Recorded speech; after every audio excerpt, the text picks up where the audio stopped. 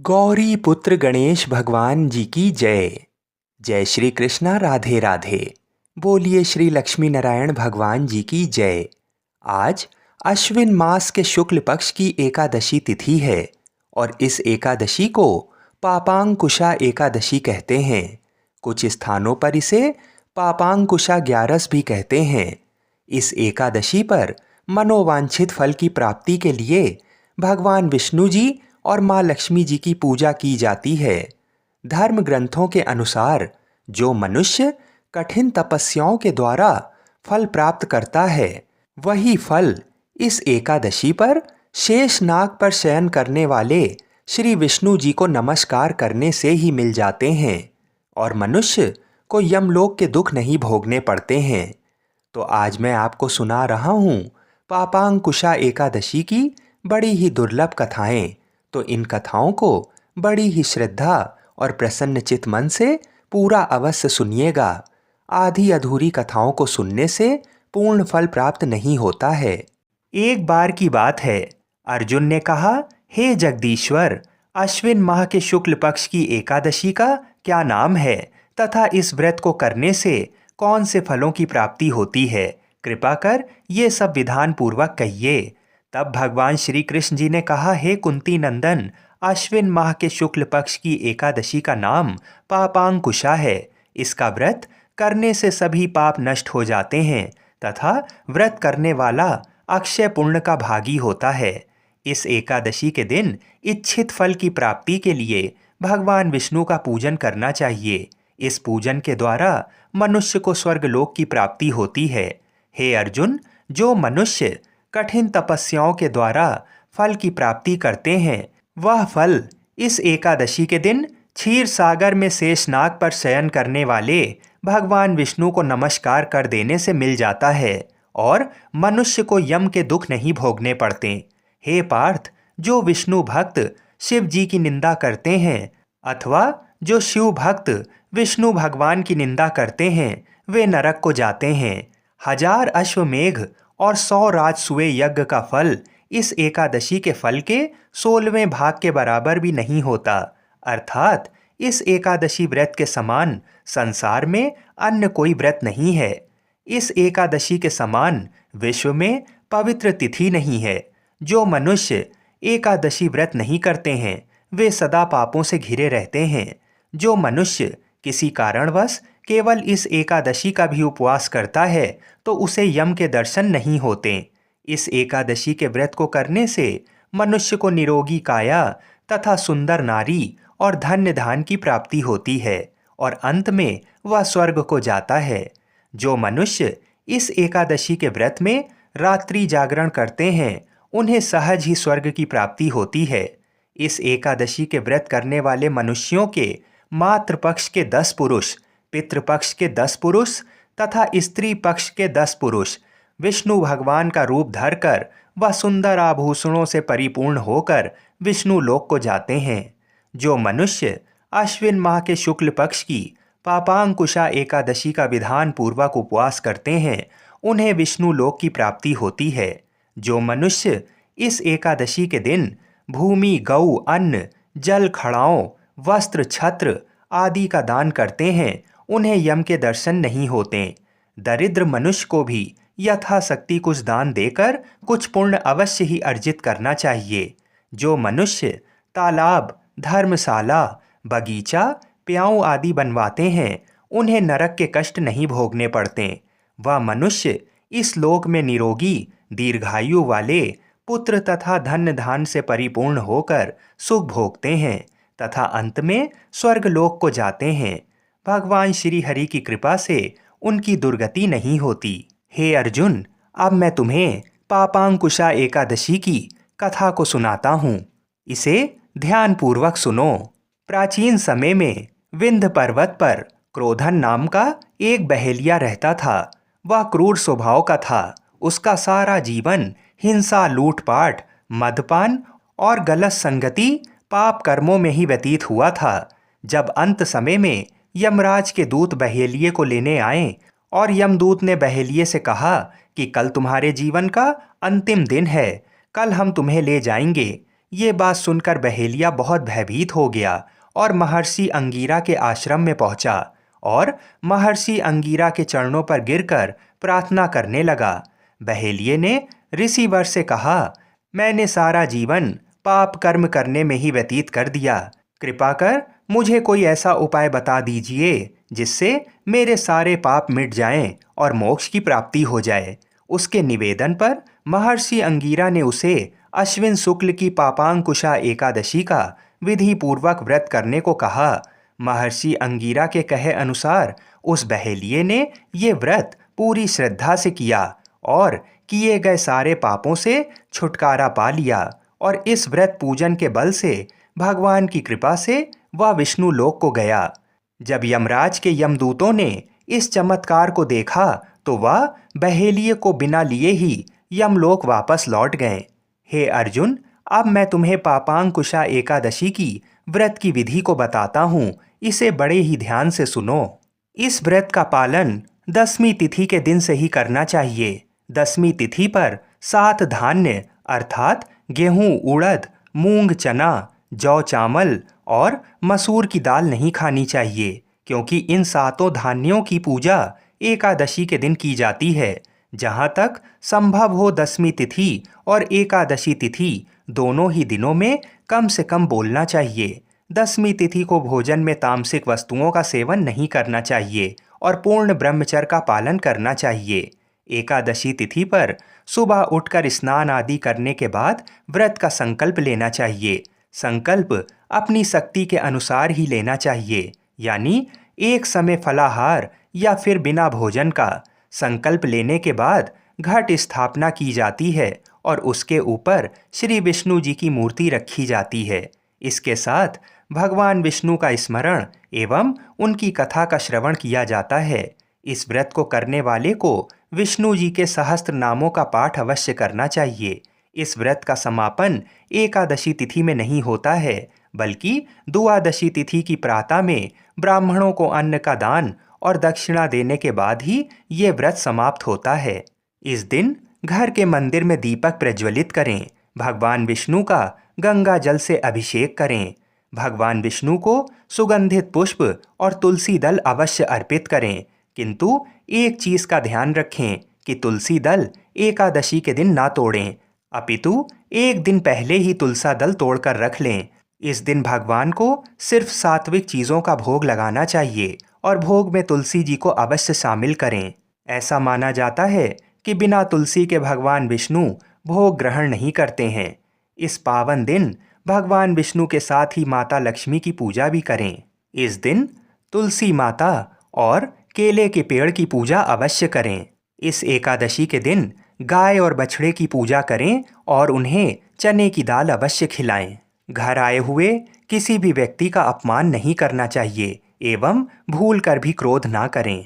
इसके बाद भगवान श्री कृष्ण जी अर्जुन से कहते हैं, यूं तो भगवान विष्णु का ध्यान स्मरण किसी भी रूप में सुखदायक और पाप नाशक है, परंतु एकादशी के दिन प्रभु का स्मरण कीर्तन सभी कलेशों व पापों का शमन कर देता है।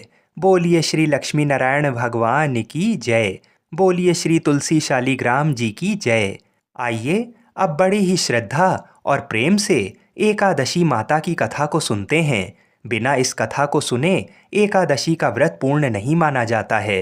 एकादशी माता की कथा को सुनने के बाद राधा रानी जी की बड़ी ही सुंदर कथा को सुनेंगे। एक बूढ़ी माँ ने एक बार एकादशी का व्रत रखा।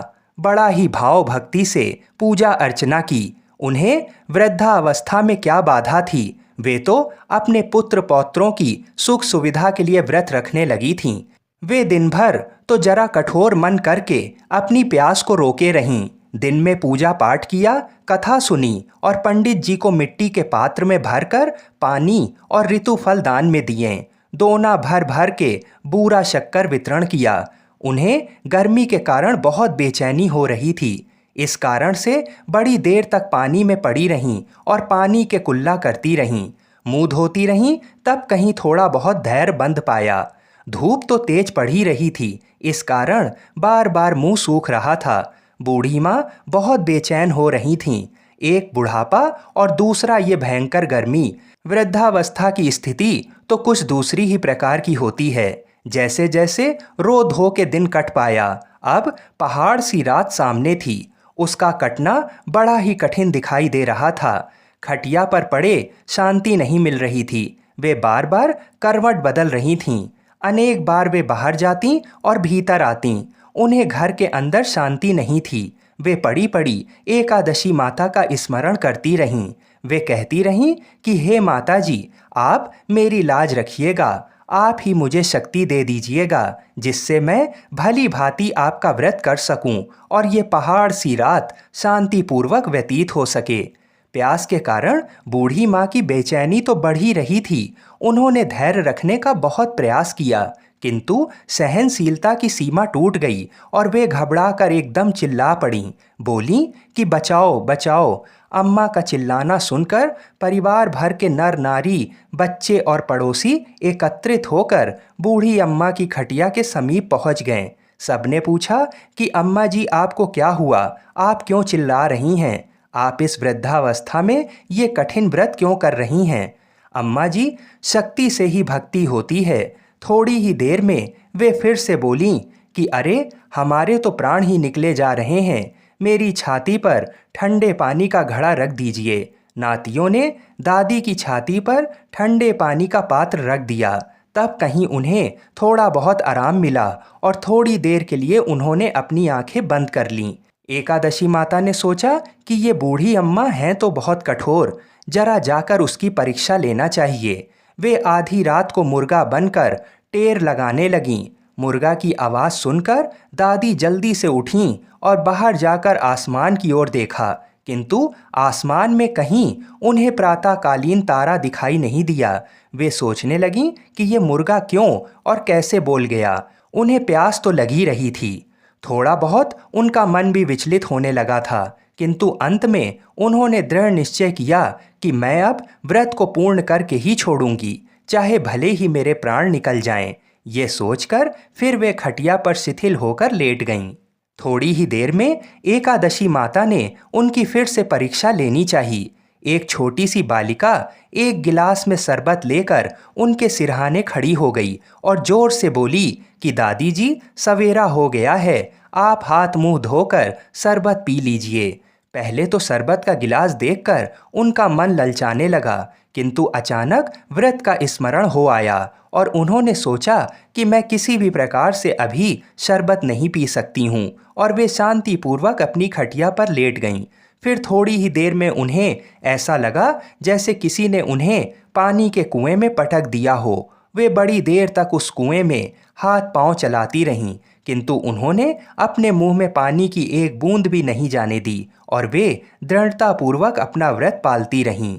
थोड़ी ही देर में ना जाने कहाँ से सामने आग जलने लगी, जिससे भारी गर्मी बढ़ने लगी। प्यास के कारण प्राण निकलने लगे, किंतु बूढ़ी अम्मा का कुछ भी नहीं बिगाड़ पाया। वे जहाँ की तहाँ मुस्कुराती हुई सी बैठी रहीं। थोड़ी ही देर में बाहर प्रकाश दिखाई देने लगा। ऐसा लगा कि जैसे सवेरा हो गया हो। बूढ़ी अम्मा ने जब बाहर निकल कर देखा तो समझ गईं कि अभी सवेरा होने में 3-4 घंटे की देरी है। ये जानकर वे शांतिपूर्वक इधर उधर घूमने फिरने लगीं। एकादशी माता ये बात अच्छी तरह से समझ गईं कि ये बूढ़ी अम्मा किसी भी प्रकार से अपने व्रत से नहीं टल सकती हैं। वे उनके सत्य व्रत को अच्छी तरह से समझ गईं। सवेरा होते ही बूढ़ी माता ने स्नान किया, भगवान का पूजन पाठ किया, एकादशी माता की कथा सुनी, ब्राह्मणों को दक्षिणा देकर भोजन कराया। तब कहीं उन्होंने जल ग्रहण किया। कन्याओं को भोजन कराने के बाद अम्मा ने स्वयं भोजन किया। उस श्रेष्ठ व्रत के प्रताप से बूढ़ी अम्मा की आयु में वृद्धि हो गई। उनका घर परिवार हरा भरा हो गया। घर में अब उनके कोई अभाव नहीं रहा। वे हर तरह के सुख साधनों से संपन्न हो गईं। नाती नातिनों से उनका घर भर गया और वे उसी दिन से 12 महीने की एकादशी का व्रत करने लगीं। एकादशी माता के व्रत के प्रताप से इस संसार में हर प्रकार के सुख भोग कर अंत में वैकुंठ धाम को चली गईं। जैसे एकादशी माता ने बूढ़ी माता और उनके परिवार को हरा भरा किया, ऐसे ही एकादशी माता हम सभी की मनोकामनाओं को पूर्ण करें। बोलिए श्री लक्ष्मी नारायण भगवान की जय। एक बार माता लक्ष्मी भगवान विष्णु जी से पूछती हैं, हे स्वामी, तुलसी के पास दीपक जलाने का क्या महत्व है और रोज शाम को तुलसी के पास दीपक क्यों जलाया जाता है? इससे मनुष्य को कौन सा फल प्राप्त होता है? तुलसी के पास दीपक जलाने की विधि क्या है तथा दीपक जलाते समय कौन से मंत्र का उच्चारण करना चाहिए? कृपा कर आप मुझे विस्तार से बताइए। तब भगवान विष्णु जी कहते हैं, हे देवी, आज आपने समस्त मानव जाति के कल्याण के लिए बहुत ही महत्वपूर्ण प्रश्न किया है। आपके इस प्रश्न का उत्तर देने से पूर्व मैं आपको एक प्राचीन कथा सुनाता हूँ, जिससे आपको सभी प्रश्नों के उत्तर मिल जाएंगे। इसलिए आप इस कथा को ध्यानपूर्वक सुनिए। इस कथा को ध्यान से पूरा सुनने मात्र से ही मनुष्य को 100 वर्षों तक तुलसी के पास दीपक जलाने का पुण्य प्राप्त होता है। फिर माता लक्ष्मी कहती हैं, हे स्वामी, मैं इस कथा को सुनने के लिए उत्सुक हूँ। कृपा आप इस कथा को सुनाना प्रारंभ कीजिए। तब भगवान विष्णु माता लक्ष्मी को वह कथा सुनाने लगते हैं। हे देवी, पूर्व काल की बात है। दक्षिण दिशा में तुंगभद्रा नाम की एक बहुत बड़ी नदी है। इस नदी के किनारे पर हरिहरपुर नाम का एक अत्यंत सुंदर नगर बसा हुआ था। उसी नगर में काशी नाम के एक ब्राह्मण निवास करते थे। वे अत्यंत गुणवान, चरित्रवान, धर्म कार्य करने वाले तथा वेदों के मार्ग पर चलने वाले थे। उन्होंने समस्त शास्त्र का अध्ययन किया हुआ था। उस ब्राह्मण की एक पत्नी थी, जिसे लोग दुराचारणी कहकर पुकारते थे, क्योंकि उसके कर्म ही उसके नाम के अनुसार थे। वह सदैव ही अपने पति को अपमानित करती थी। वह अपने पति के लिए कुवाच्य कहती थी, पति को भयंकर दुख देती थी, पति के लिए कभी भोजन नहीं बनाती थी। उसने अपने पति के साथ कभी शयन नहीं किया, कभी उसके साथ प्रेम से व्यवहार नहीं किया। पति के मित्र, परिवार के लोग घर पर आते तो वह स्त्री उनको अपमानित करके भगा दिया करती थी और स्वयं काम भाव से उन्मत्त होकर निरंतर अन्य व्यभिचारिणी स्त्रियों के साथ घूमा करती थी। उसका मन पति को छोड़कर पराये पुरुषों में लगा रहता था। उसने कभी अपने पति से प्रेम से बात नहीं की, किंतु पराये पुरुषों के संग बैठकर बातें किया करती थी। पराये पुरुषों को मोहित करने के लिए सज धज कर गाँव में घूमने जाया करती थी। कभी वह वन में किसी वृक्ष के नीचे खड़ी रहकर सुंदर पुरुषों की राह देखने लगती और किसी दुष्ट पुरुष को मोहित करके उसके संग भोग विलास किया करती थी। फिर एक दिन वह दुराचारणी स्त्री वन में जाकर एक वृक्ष के नीचे खड़ी हो गई। उसका चित्त काम से भरा हुआ था। वह किसी सुंदर कामी पुरुष की राह देख रही थी, किंतु बहुत समय निकलने के बाद भी उस स्थान पर कोई पुरुष नहीं आया। इसलिए वह अत्यंत दुखी हो गई और प्रियतम की खोज में इधर उधर देखने लगी। उस दिन उसका सारा परिश्रम व्यर्थ हो गया। वहां पर खड़ी होकर वह नाना प्रकार की बातें कहकर विलाप करने लगी। आज तो इस मार्ग में कोई भी सुंदर पुरुष नहीं आया। अब मैं कैसे अपने काम वासना को शांत करूं? वह जोर जोर से विलाप करने लगी। उस जंगल में एक भयानक बाघ निवास करता था। उस पापिनी स्त्री की आवाज़ सुनकर वह जाग गया और उछलकर उस स्त्री का भक्षण करने के लिए उसके पास आ गया। उस भयंकर बाघ को देखकर उस स्त्री के पसीने छूटने लगे। वह भय से थर थर कांपने लगी। वह स्त्री कुछ करती, इतने में ही उस बाघ ने अपने पंजे से उसे घायल कर दिया और वह स्त्री जमीन पर गिर पड़ी।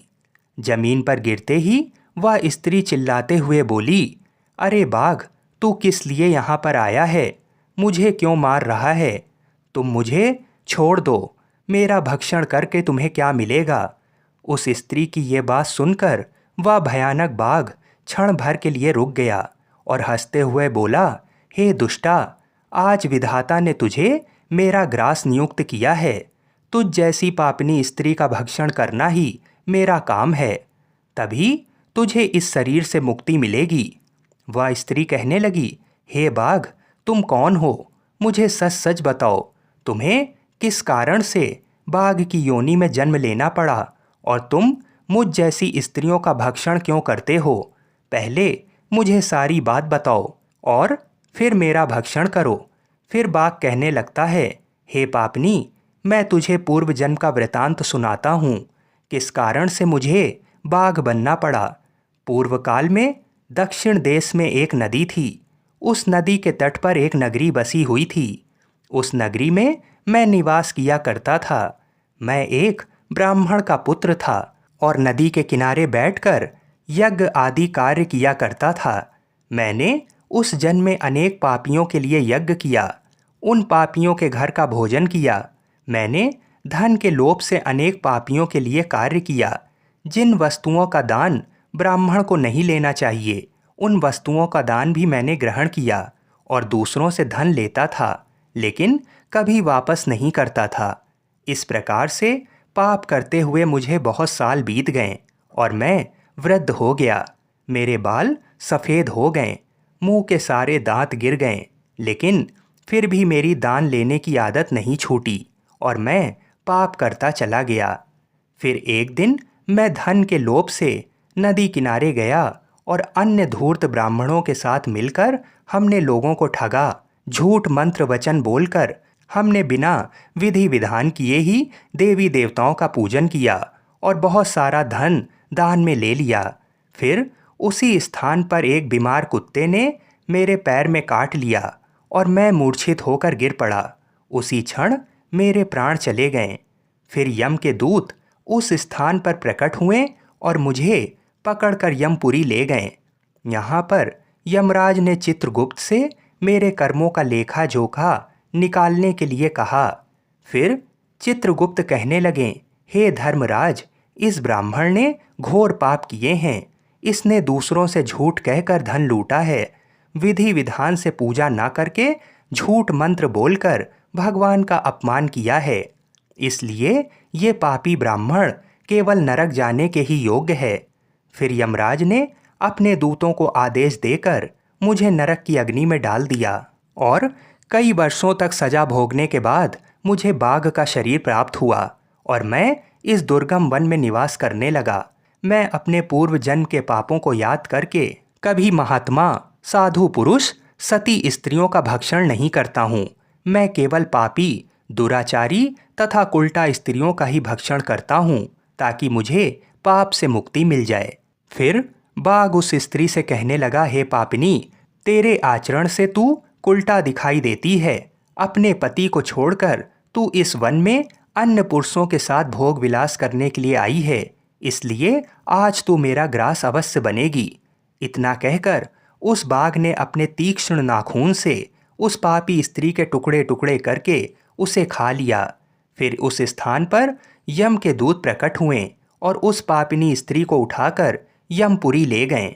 चित्रगुप्त ने उस स्त्री का लेखा जोखा निकाला और यमराज को बताया। यमराज ने उस स्त्री को घोर नरक में डाल दिया।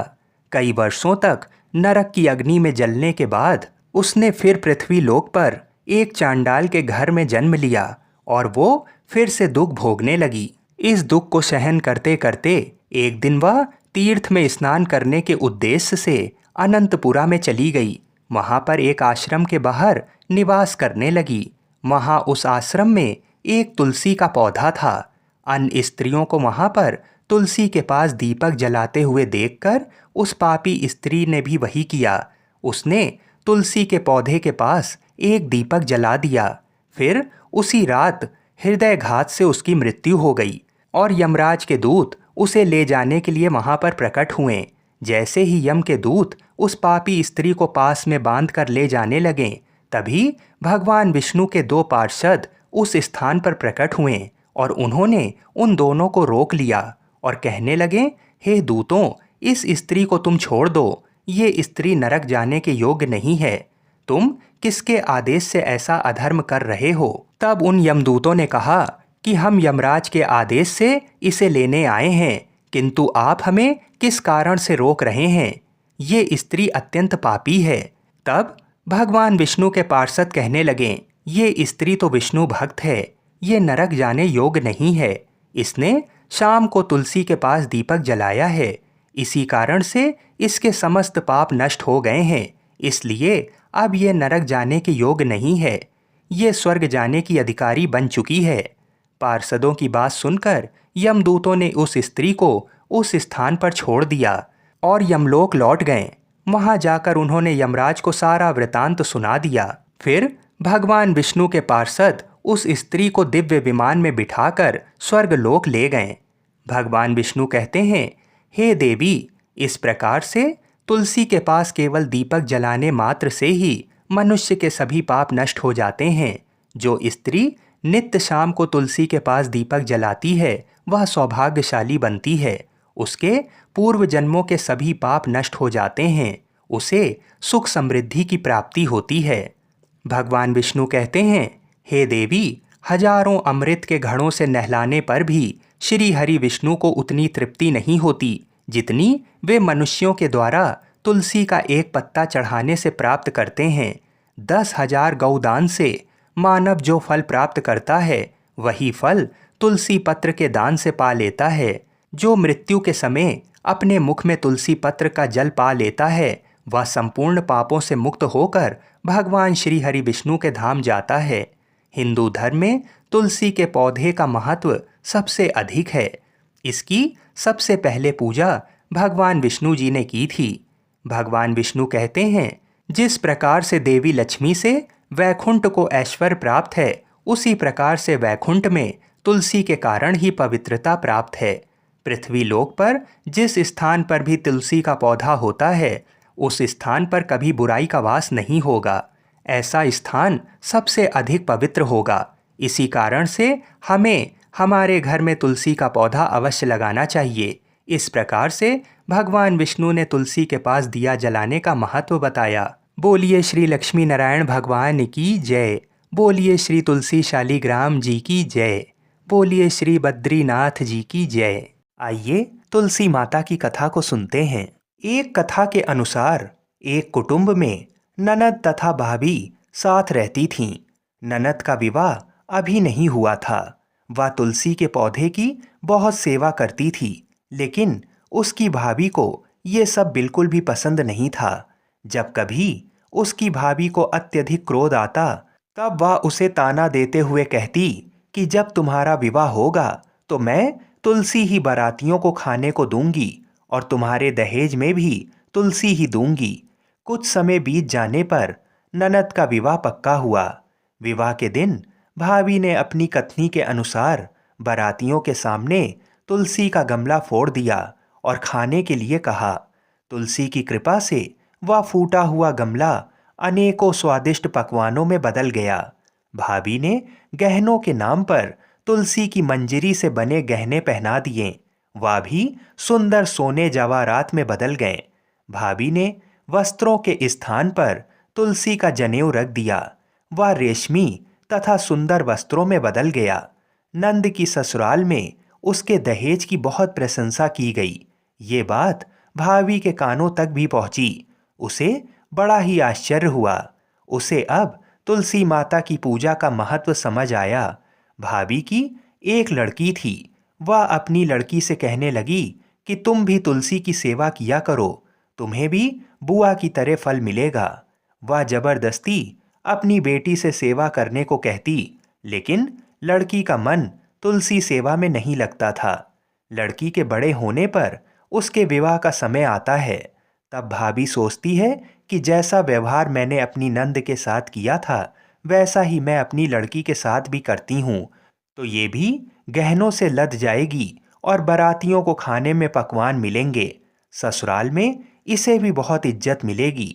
ये सोचकर वह बारातियों के सामने तुलसी का गमला फोड़ देती है, लेकिन इस बार गमले की मिट्टी मिट्टी ही रहती है।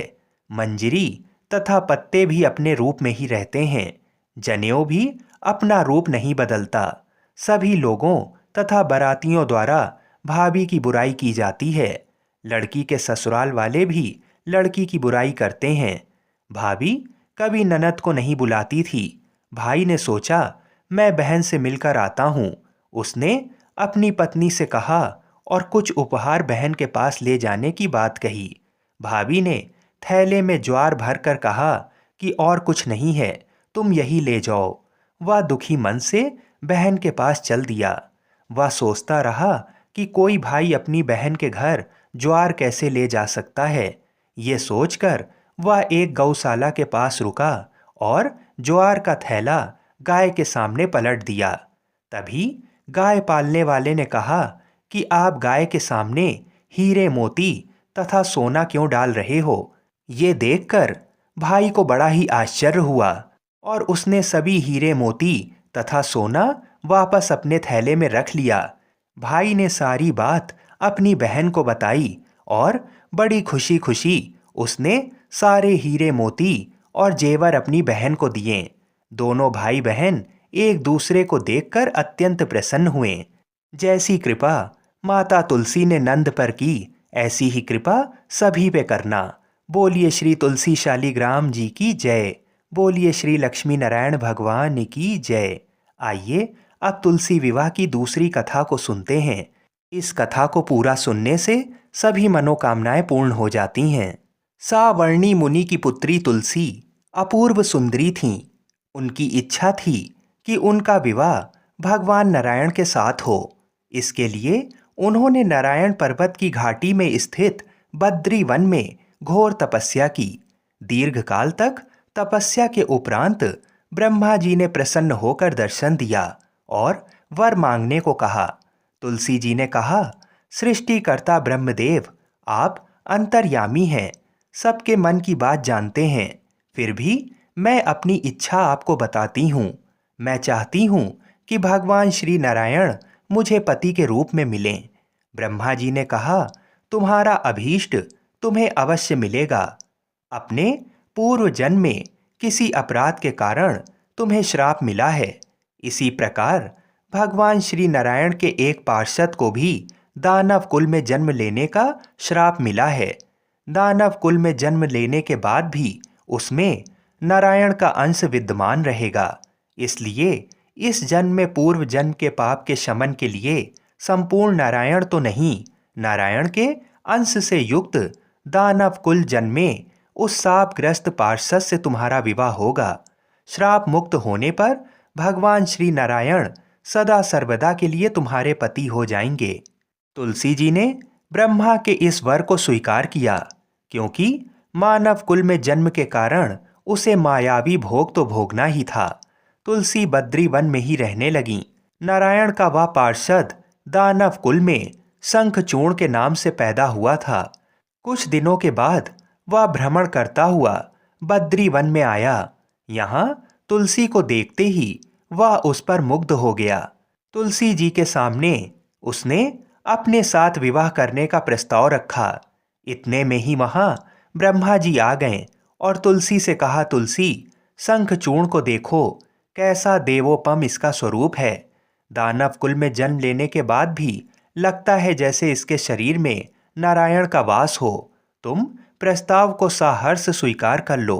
तुलसी को भी लगा कि उसकी तपस्या पूर्ण हुई, उसे इच्छित फल मिला है। शंखचूर्ण के साथ उसका गंधर्व विवाह हो गया और वह शंखचूर्ण के साथ उसके महल में पत्नी बनकर आ गई। शंखचूर्ण ने अपनी परम सुंदरी सती साध्वी पत्नी तुलसी के साथ बहुत दिनों तक राज्य किया। उसने अपने राज्य का इतना विस्तार किया कि देवलोक तक उसके अधिकार में आ गया। स्वर्ग का सुख भोगने वाले देवताओं की दशा भिखारियों जैसी हो गई। शंखचूर्ण किसी को कष्ट नहीं देता था, पर अधिकार और राज्य छिन जाने से सारे देवता मिलकर ब्रह्मा, विष्णु और शिव जी की सभा में गए तथा अपनी विपत्ति सुनाई। ब्रह्मा जी ने कहा, तुलसी परम साध्वी है, उसका विवाह शंखचूर्ण से मैंने ही कराया था। शंखचूर्ण को तब तक नहीं हराया या मारा जा सकता जब तक तुलसी को ना छला जाए। विष्णु जी ने कहा, शंखचूर्ण पूर्व जन्म में मेरा पार्षद था। श्राप के कारण उसे दैत्य कुल में जन्म लेना पड़ा। इस जन्म में भी मेरा अंश उसमें व्याप्त है। साथ ही तुलसी के पतिव्रत धर्म से वह अजय है। फिर देवताओं की सहमति से भगवान शिव ने शंखचूर्ण के पास संदेश भेजा कि या तो वह देवताओं का राज्य लौटा दे या फिर उनसे युद्ध करे। शंखचूर्ण भगवान शिव के पास पहुंचा। उसने कहा, देवादिदेव, आपके लिए देवताओं का पक्ष लेना उचित नहीं है। राज्य बढ़ाना हर राजा का कर्तव्य है। मैं किसी को दुखी नहीं कर रहा हूं। देवताओं से कहिए वे मेरी प्रजा होकर रहें। मैंने आपका भी कोई अपकार नहीं किया है। हमारा आपका युद्ध शोभा नहीं देता। अगर आप हार गए तो बड़ी लज्जा की बात होगी। मैं हार गया तो आपकी कीर्ति बहुत अधिक नहीं बढ़ेगी। भगवान शंकर हंसने लगे। वे तो सब रहस्य समझते थे। तुलसी और शंखचूर्ण के पूर्व जन्म के श्राप की अवधि लगभग पूरी हो चुकी थी। शिव जी बोले, इसमें कीर्ति और लज्जा की बात नहीं है। तुम देवों का राज्य लौटाकर उन्हें उनके पद पर प्रतिष्ठित होने दो। युद्ध से बचने का यही एक उपाय है। शंखचूर्ण ने कहा, मैंने युद्ध के बल से देवलोक जीता है। कोई उसे युद्ध के द्वारा ही वापस ले सकता है। ये मेरा अंतिम उत्तर है। अब मैं जा रहा हूं। ऐसा कहकर शंखचूर्ण चला गया। उसने अपनी पत्नी तुलसी को सारी बात बताई और कहा, कर्म भोग सब काल सूत्र में बंधा है। जीवन में हर्ष शोक भय सुख दुख मंगल अमंगल काल के अधीन है। हम तो केवल निमित्त मात्र हैं। संभव है भगवान शिव देवों का पक्ष लेकर मुझसे युद्ध करें। तुम चिंता मत करना। तुम्हारा सती तेज मेरी रक्षा करेगा। दूसरे दिन भगवान शंकर के नेतृत्व में देवताओं ने युद्ध छेड़ दिया। शंखचूर्ण ने भीषण बाणों की वर्षा कर उनका वेग रोका। उसके प्रहार से देवता डगमगाने लगे। उसने दानवी शक्ति का प्रयोग करके मायावी युद्ध आरंभ किया। युद्ध स्थल पर वह किसी को दिखाई नहीं देता था, पर उसके अस्त्र शस्त्र प्रहार कर देवों को घायल कर रहे थे। देवगण अपने अस्त्र चलाएं तो किस पर चलाएं, क्योंकि कोई शत्रु सामने था ही नहीं। कई दिनों तक इस तरह भयंकर युद्ध चला। शंखचूर्ण पराजित नहीं हुआ। तब शिव जी ने विष्णु जी से कहा, हे विष्णु जी, कुछ उपाय करो, अन्यथा मेरा तो सारा यश मिट्टी में मिल जाएगा। भगवान विष्णु ने सोचा, बल से तो शंखचूर्ण को हराया नहीं जा सकता, इसलिए छल का सहारा लेना होगा। उन्होंने तुरंत अपना स्वरूप शंखचूर्ण के जैसा बनाया और अस्त्र शस्त्र से सज्जित हो तुलसी के पास आए। बोले, हे प्रिय, मैं युद्ध जीत गया हूँ।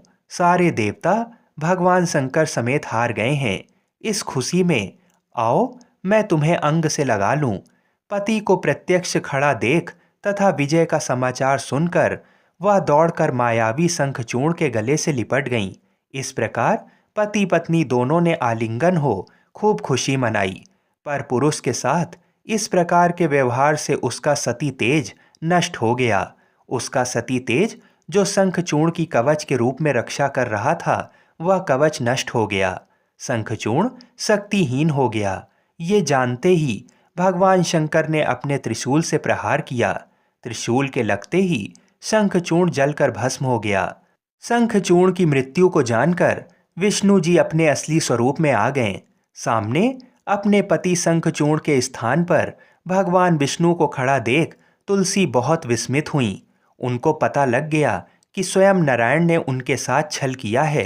क्रोध में आकर तुलसी जी ने भगवान विष्णु को श्राप दिया कि एक सती स्त्री का सतीत्व भंग करने के अपराध में तुम हृदयहीन पत्थर हो जाओ। विष्णु ने तुलसी के श्राप को शिरोधार्य कर कहा, देवी, तुम्हारे तथा शंखचूर्ण के कल्याण के लिए मुझे ऐसा करना पड़ा। तुम दोनों को श्राप मुक्त करना था। तुम भी अब शरीर त्याग कर तुलसी बिरवा के रूप में जन्म लोगी और मेरी पूजा तुलसी दल से होगी। मैं शालीग्राम पत्थर बनूंगा। मेरे शीश पर तुम आदर से विराजमान होगी। तुम्हारे पति की हड्डियों के चूर्ण से शंख की उत्पत्ति होगी।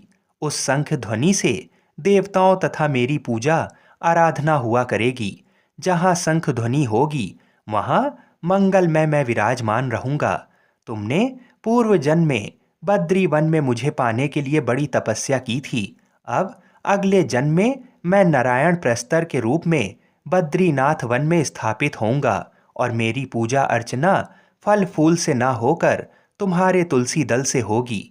मेरे शीस पर विराजमान होकर तुम मुझसे भी ऊंचा पद प्राप्त करोगी।